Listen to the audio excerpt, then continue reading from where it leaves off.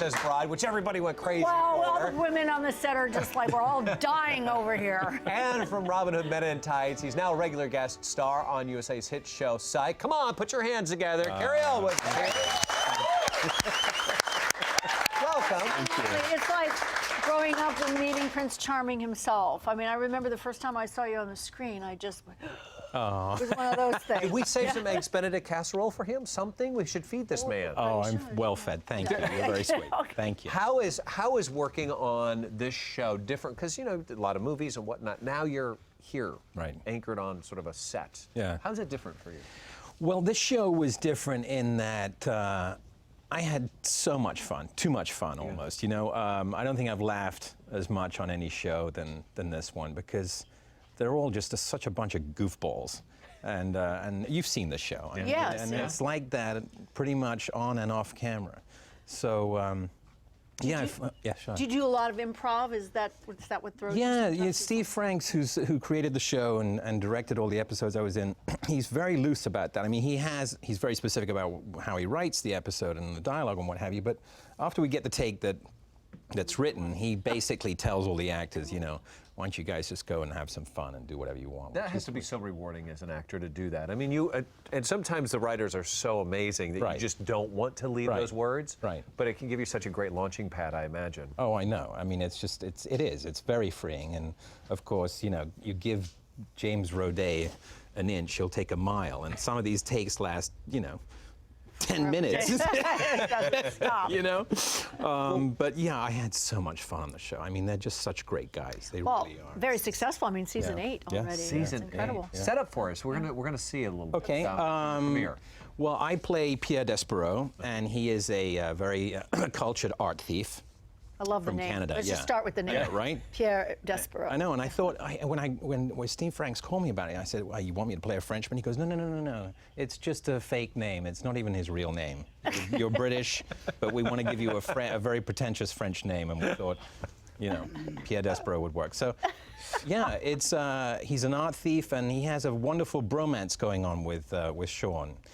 Gus is very distrusting of Despereau, but Sean has this enormous admiration for this guy.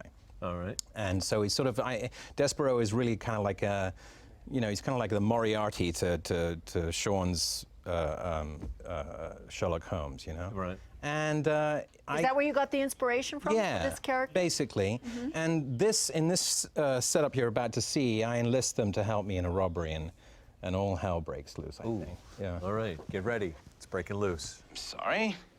Is this operation interrupting your phone call? Look, man, we have a lot to process here. Well, now you're up to speed. Due to this Winston backstab, we don't have backup for a while.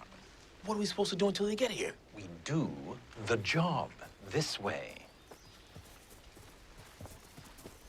Small problem here. I don't actually know how to blow up an electrical shack. But, my good man, you already have.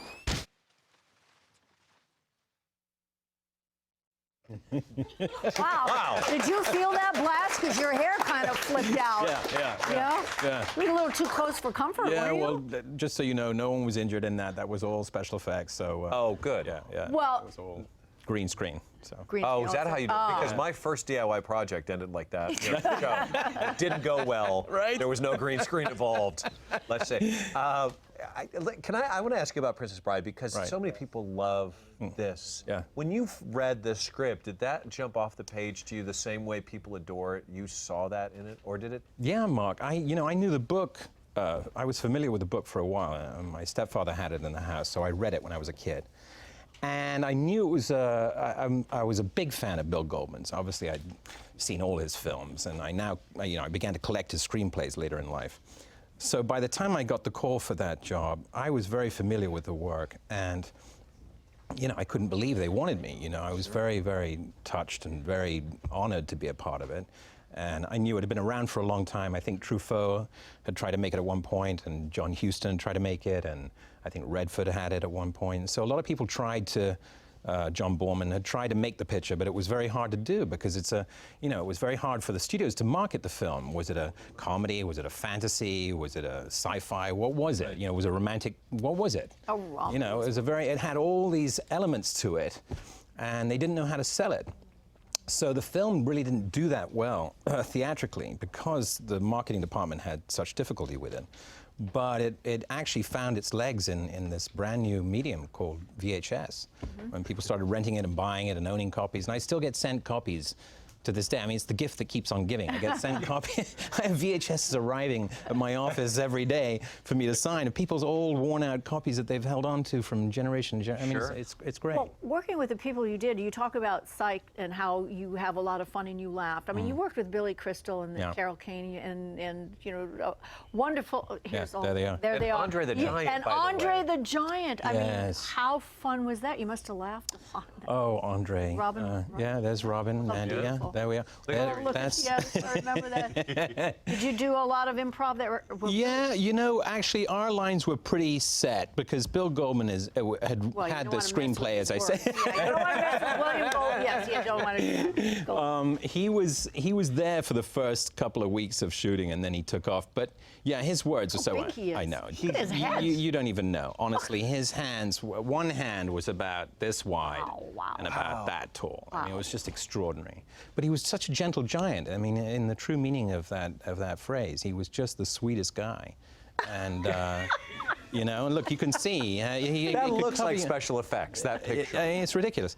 And he was just a sweetheart. He was just, you know, he came and brought food over. He didn't care for the British craft services because, you know, in England we're not known for our great culinary delights. You know? And so he didn't care for that much. And being brought up in France, he was used to much better food. So he had about a week off. And he took his truck, because that's the only thing he could drive in, was this giant truck. He sat in the back of a Mack truck, and he had his driver take him to France. And he came back with all these things, like foie gras and cheeses and you know, wine. The producers confiscated the wine. They didn't want the crew drinking that.